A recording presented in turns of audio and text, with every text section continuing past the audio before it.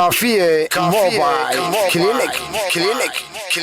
Kuyuudheer adoon gelin ku kadeedmin dhakhtarrada kolka aad bukootee xumad kulul ku haysee kici weyda jiifkana kaafiya ku daaweyn Kaafiye Mobile Clinic xaruntan caafimaadka ee casriga ah ee Kaafiye Mobile Clinic waxa ay ku haysaa adeegyo caafimaad oo degdeg ah oo lagu adeegi doono gurigaaga ama goobta aad ku sugan tahay waqtiga aad dareento xanuunka waxaad la soo xiriiri doontaa lambarka gaaban ee 20 konton.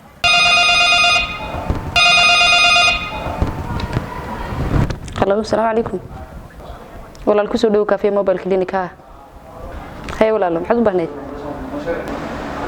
والله الها وان قلين كرنا قف وينك كتكادو هاي سميا. وان كو سمينا ولا كتتر وان كو قلنا ها. والله وجوي من كره حافظي واحد يشيكتا نمبرك يا حافظه iyo qofka magaciisa saddexan. هي والله لو si fiican imka lagu iimanaya qof neersan ku soo dirina ku dhameeya hawshaada telefoonku mad ka qabana markaaga soo siinana adaa mudan